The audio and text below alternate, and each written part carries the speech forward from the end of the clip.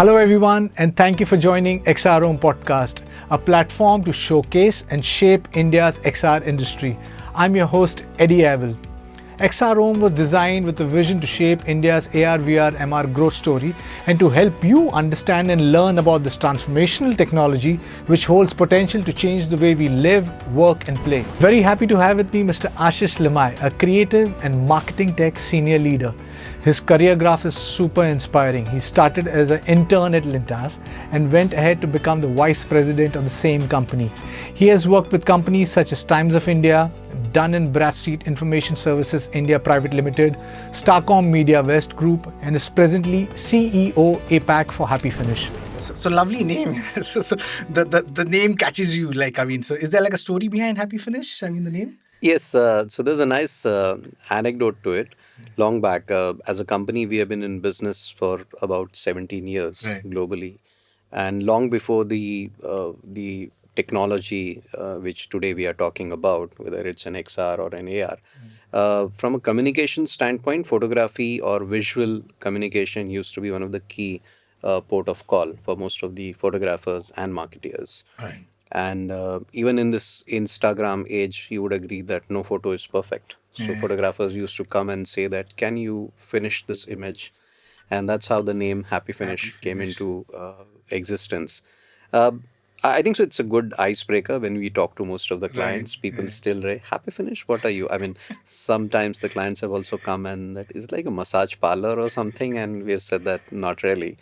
So yeah, that's the anecdote about the name Happy Finish. Lovely, lovely. So the website mentions that you guys are like a global creative production collective. Right. So when you say a collective, is it like a team of people which functions around the world? I mean, you've got teams, or you tie up with these companies around the world. How does like a collective function? So, when you say collective, obviously it means that we have an ecosystem which allows us to collaborate with the right people in the right vertical, right? Uh, but to a large extent, what we bring to the table as a company is genesis of the creative idea, Right. understanding that what is the feasibility and the possibility of executing that idea, and then who's the right person or the right business vertical to actually combine that with. As you would agree, the world is becoming more or less a collaborative space rather than Completely. I can do it myself. And hence, collaboration has been one of the key focus areas for us as a company. So, the collective word essentially defines our effort to build an ecosystem around three verticals. One is photography, which is still one of the key visual medium for us. Right. Second is computer generated imagery, which is CGI, Right. which then dwells into things like animation and to some extent even pushing it in terms of the 3D modeling aspect, which in many ways is the first step to digitization. Right. And then the third vertical is the XR, which obviously includes AR, VR, a little bit of machine learning, as well as AI. So these are the three verticals across which we have core functions in-house. And then for everything else which we need to have a more specialist input on, we collaborate with people globally. Oh, lovely, lovely.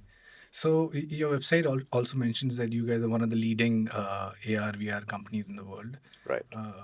So do tell me more about that and what are the experiences that you're building, like your clients and. We actually started experimenting with AR VR long back. I would say as early as 2014, uh, both globally as well as in India. And one of the reasons why, so I'll answer your question in terms of what led us to this particular technology, and then I will have a little bit of foray in terms of what we are doing next, right? So that'll answer both the past and the future part of it. What led us to this technology was that we were constantly talking to marketeers and global marketeers. I mean, you talk about brands like Tata's in India, maybe Nike globally, wherein the focus was always the brands or the marketeers were keen of pushing us to say that what next can you bring to the table which is not within the conventional domain of your marketing communication platforms, like let's say a television or maybe a print media or a out of home or a retail.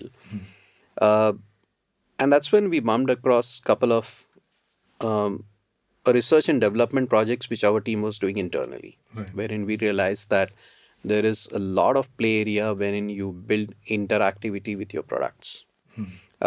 And once you start building interactivity with your products, you obviously take it to the next level of consumer engagement. That's when we started with using some of these learnings with existing clients, globally with brands like Nike, closer home with brands like Tata. So in 2015, which is almost like 4 years back, uh, we did the first virtual test drive, which has been witnessed in Indian market. Right.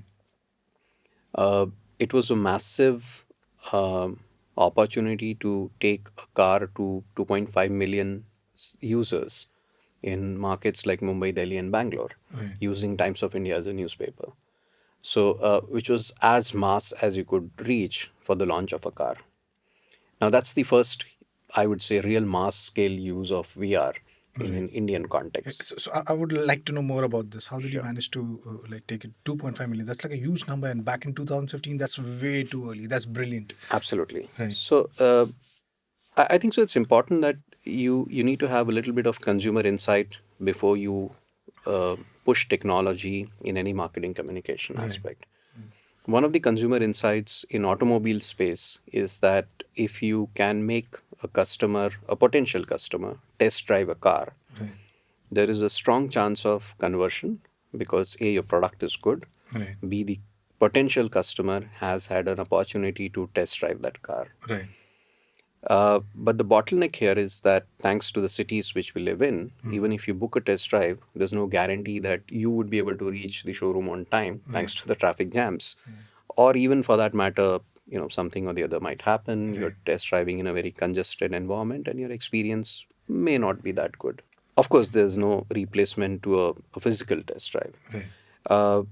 So we said that how about we take a car to the customer in a virtual form, Right. so that you're able to test drive the car sitting in the comfort of your sofa, morning cup of tea you're having, and a newspaper gets delivered to you wherein you got an opportunity to test drive a car.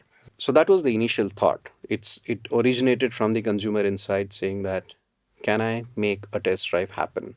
And of course, the probability of conversion is high when you reach out to a more mass audience. Right. So we said that which is the best mass scale platform which we can reach out to in a static format, because you're talking about car, and hence newspapers tend to carry a good amount of weightage. Because you need to look at the car, you need to read about detailing on the car. So Times of India was obviously the natural choice for the brand, which is Tata Motors, because they were launching a car. So they said that we are going to advertise in Times of India on a given date. And we said, wow, that's a huge number, 2.5 million users across Mumbai, Delhi, and Bangalore. Can we do something better to make that newspaper ad stand out rather than just being a static newspaper ad? Right. And that's when this idea got originated that how about we combine that with a virtual test drive possibility. And then we reached out to Tata Motors with this idea. We scoped out the possibility of shooting a live action sequence in Pune when the car was getting launched. We shot with a custom rig, which was, largely on Omni rig or maybe a GoPro rig. And we shot both the interiors and the exteriors with a detailed storyboard. Took that to Tata Motors. They loved the whole thought. And then the media agency for the Tata Motors actually anyway was negotiating with Times of India to put that advertisement in Times of India. We just piggybacked in terms of printing 2.5 million cardboards in a flattened out manner. Uh, those flattened cardboard were actually pasted onto Times of India along with their partners. And then it reached out to so many people. Of course, it was the first step wherein we had to also create an app. So this was a branded app which was created on both iOS and an Android platform, Right. which you had to download. And once you download, you have an opportunity to actually use the Google Cardboards which have been supplied in your newspaper. Look at the car, look in the interiors of the car, look at the exteriors of the car, and enjoy it in a very, very natural environment, which you otherwise would have to go to a showroom to try it out. Oh, so brilliant. I think it's at that point of time, 2015. That's way too early. Absolutely. And the idea itself is brilliant, where you guys made these cardboards and kind of like put it onto the Right. newspapers because you've got them. So, do you have any data? Because, or was there like a pre media done for? Because I mean, at that point in time, I'm sure. I mean, there's been lack of education and awareness about virtual reality. So even if the papers go out, the reach go out, did people understand that those cardboards can be made into a VR headset and then you dock your phone into it? So do you have like data of that? I mean, what was the actual uh, numbers which people experienced? Is there? Absolutely. So we always were taking this experience with a pinch of salt. Right. As you rightly mentioned, 2015 was too ahead of its time for somebody to understand that I could actually make a cardboard and dock my phone into it. So we had to ensure that the newspaper advertisement had enough DIY kind of detailing into the ad. First point. Second was that we actually did a kind of a trial run of that in Auto Expo in Delhi. Okay. So when we actually created a test drive or a virtual test drive at Auto Expo in Delhi, we were able to understand that what are the typical learnings from that. Whether people are comfortable using it, what are the pain areas, can we improvise on that, and so on and so forth. So the fact that we experimented with this in February 2015, before the actual launch, which happened in May 2015, we were able to use that time to actually circle back and understand that what are the changes which we need to do in terms of the hardware part of it. In terms of actual download, obviously the initial pickup was relatively slower because most of the people saw the newspaper ad. It was like a jacket advertisement, 4 pages of Times of India, and you say, yeah, it's a usual car ad. But once you flip the page and you realize that there is some sticky paper which is attached to it, then you start toying with it. And there were a lot of people who actually uploaded you on YouTube saying that this is what I got in my newspaper today, and this is how you do it. So in a way, there were early takers who actually were excited with the thought of making a cardboard for yourself and then downloading the app. So in the first week, wherein I would say the organic input onto the internet went very high. So people started uploading videos saying that this is how I made a cardboard and I'm able to actually enjoy a car, which I would say is more like an earned media for the brand, which they were able to do. And then, of course, we also use the other forms of social media to push it aggressively. Tweets were sent about it. A lot of people spoke about it. We also made a video which was shared with the immediate fraternity. But the downloads were, if I can put an exact number, I think so. If my memory doesn't serve me wrong, we are talking about both on iOS and Android as a platform. The initial downloads for the app went quite high. And I think so the rating was also close to about 4.5 star for the app, which is good enough for testimonial. More than that, I think so the sales for the cars also picked up, which obviously is not purely because of this VR drive. The product is really good, and a lot of credit goes to the product.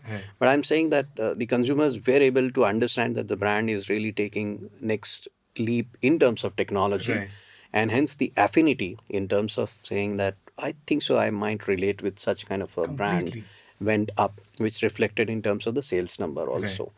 Right. Yeah. So I think innovation can go anywhere and everywhere. It's just that when a couple of people come together and put their mind to it, I mean, you can make everything more experiential.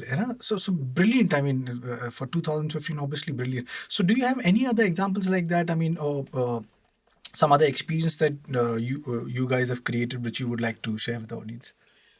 As far as Indian market goes, there have been a lot of examples which we have done. I think so mostly in terms of automobile as a space, I would say. A couple of reasons, because automobile as a category is ever evolving, and it essentially hinges on the right use of technology.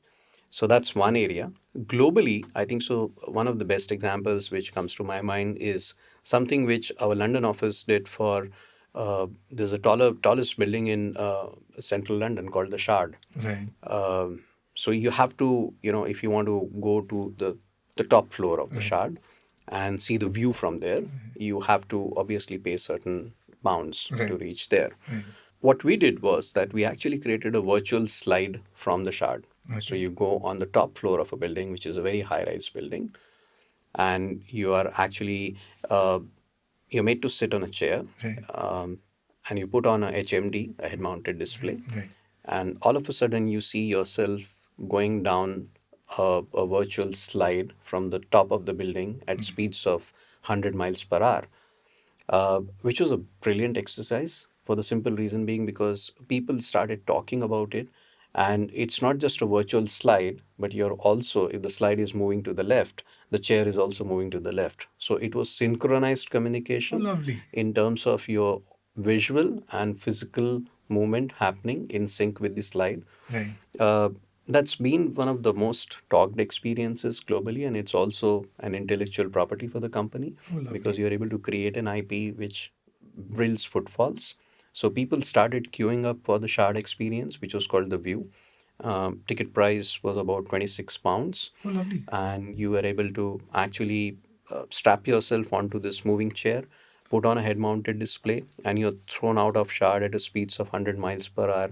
100 miles per hour, going in crazy rounds along the shard, looking at the overview of London from that height.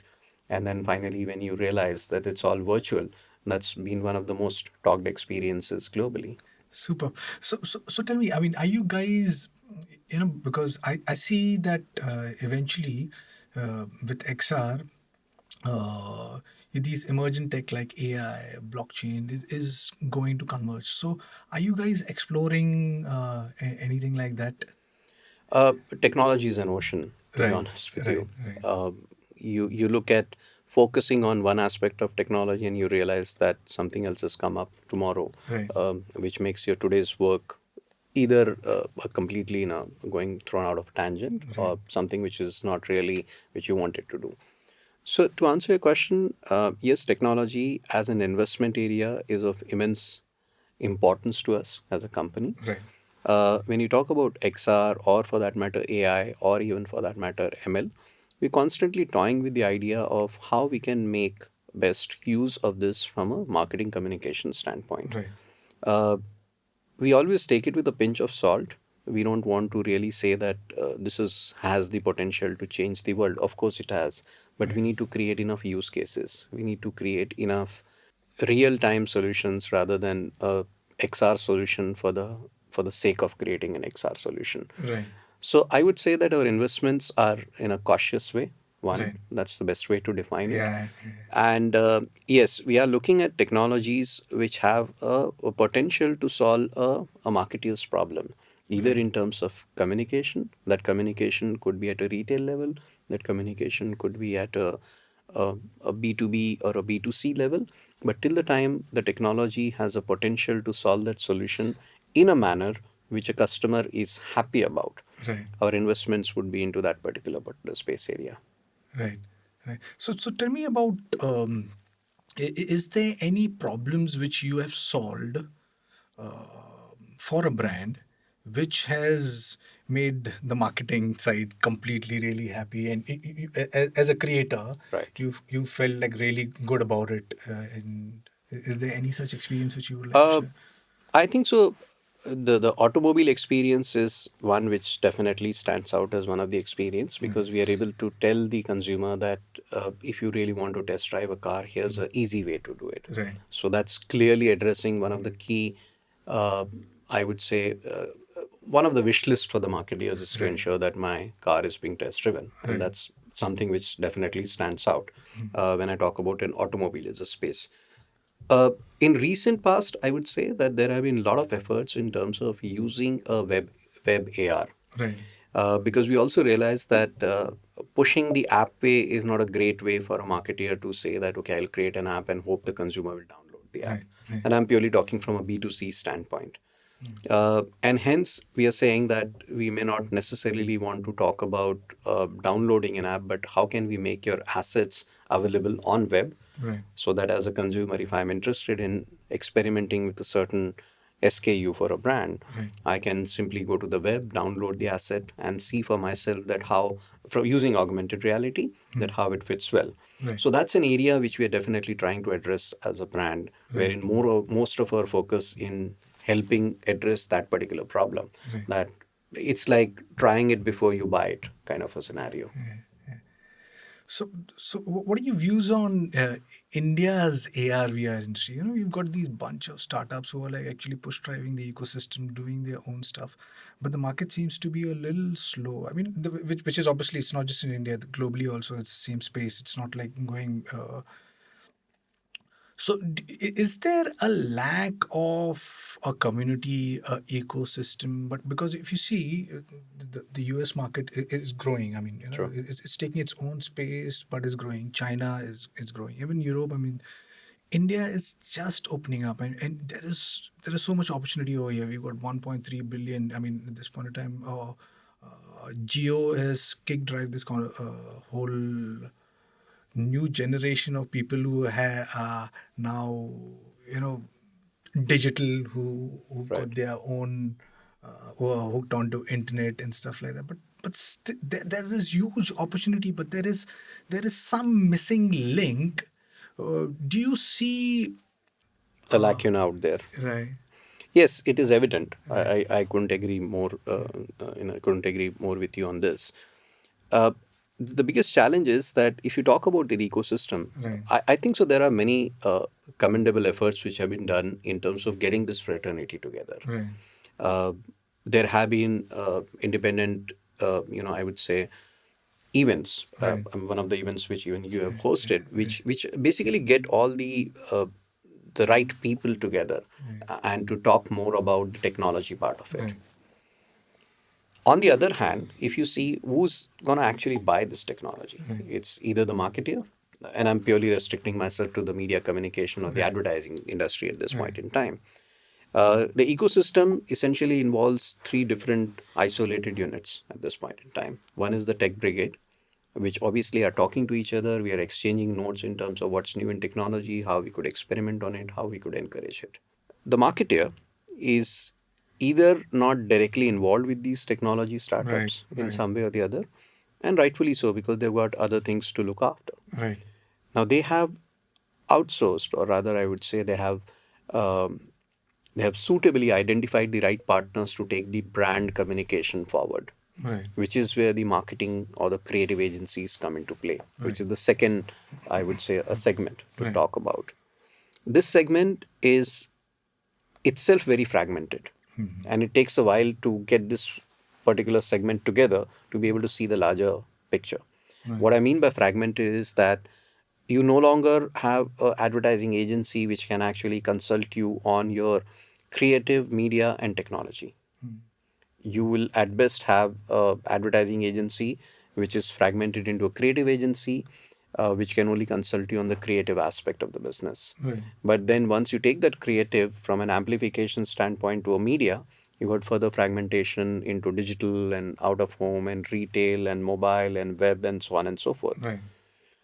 So what's happening is that amidst this fragmentation, there is no larger picture emerging. And the larger picture is that how the technology can actually make things easier for brand to reach to a consumer Right. using mobile as a platform. Right. So at best, we are toying with the ideas of digital ads. We are toying with the idea of maybe a better SEO and SEM when it comes to the digitization of your system. Right. But not much work is happening on the visual storytelling, which itself is one of the key aspects why a consumer wants to connect with a brand. Right. So if you rewind maybe 20-25 years back, the visual storytelling medium was so strong that good brands were built on that. Right. Whether you talk about Amul, you talk about Fevicol, you talk about Thumbs Up, you talk about Maruti, good brands were built on emotional connect between the brand and the consumer. Right. And the creative agencies were playing a very crucial role in that. Now, with the addition of technology, I think so the larger picture has to emerge from these three players coming and talking to each other more often. Right. Uh, to the best of my knowledge, there is very limited action happening wherein one body is putting the marketeer, the technology, and the creative agencies together in a room or on a platform and saying that, guys, talk, work out what is possible. There would be still learning curve there because technology itself is evolving. I mean, if you look at the kind of AR, which used to happen maybe 4 years back, it's Right. improved to a large extent now, Completely. thanks to AR Core and AR Kit. Right. It's far more accessible also. Right. And the fact that it's far more accessible and the hardware and the software is taking pace, Right. the communication between these three stakeholders is something which, according to me, is a little gray area or not been addressed with a lot of focus and attention. Right. I think so. This month itself, there is an event happening in Bangalore, which Right. is GAFX, which Right. is gaming and visual effects Right. Right. community. Now you're again talking about gaming and visual effects community, Right. but there is a limited foray in terms of the creative, because of course there's going to be a lot of discussions about technology. Right.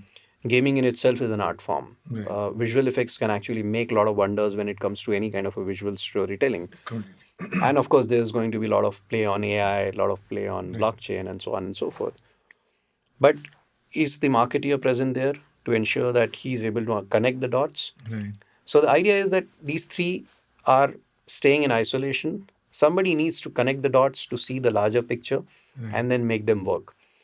I'm again not saying that it's a quick fix solution. Right. I have full respect to the efforts going on across different platforms. Right.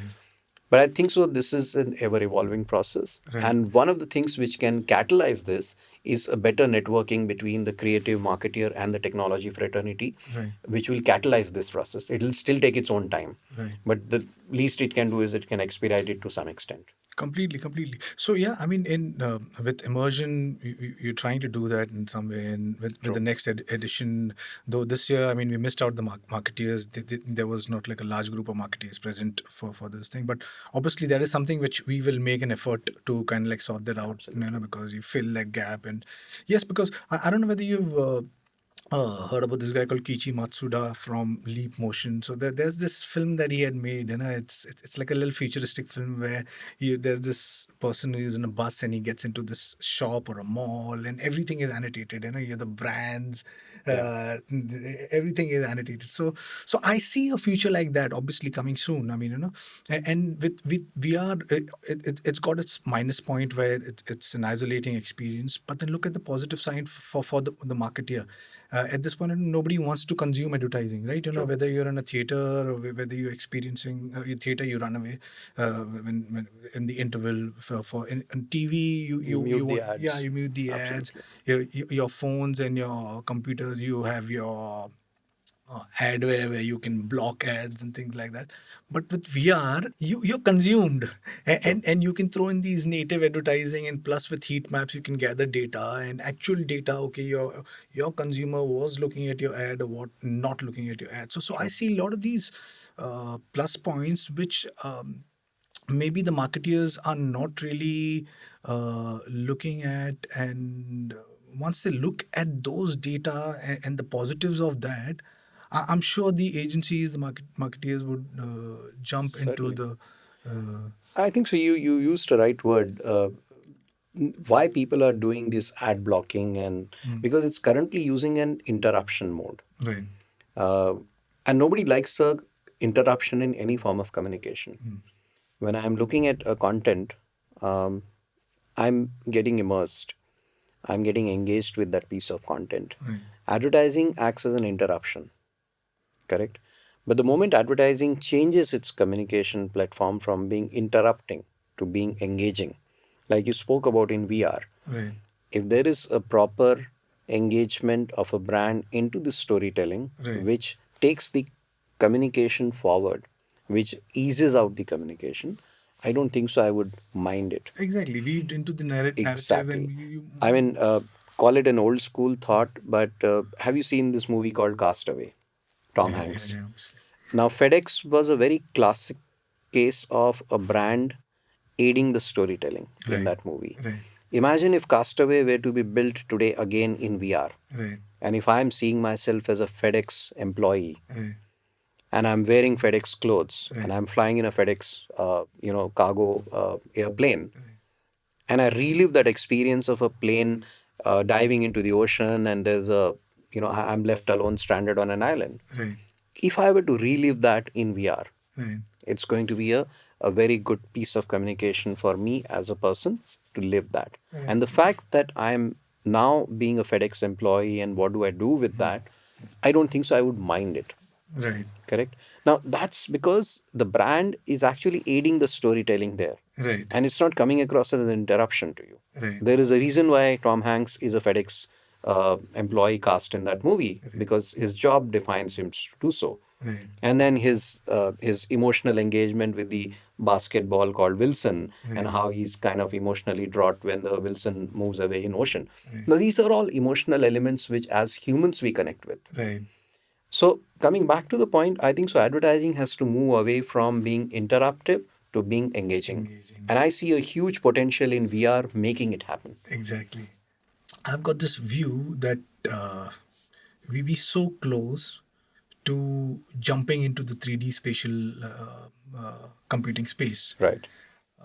What are your views on that? How far do you think? I'm too positive, and I think we're just a couple of years away. I mean, what are your views on it, and what do you think would be the impact of 3D spatial computing? Because so far we live in a 3D world, but somehow we've been restricted to a 2D, 2D world, space, right? Right right. from everything, your theaters, television, your mobile, computers, everything.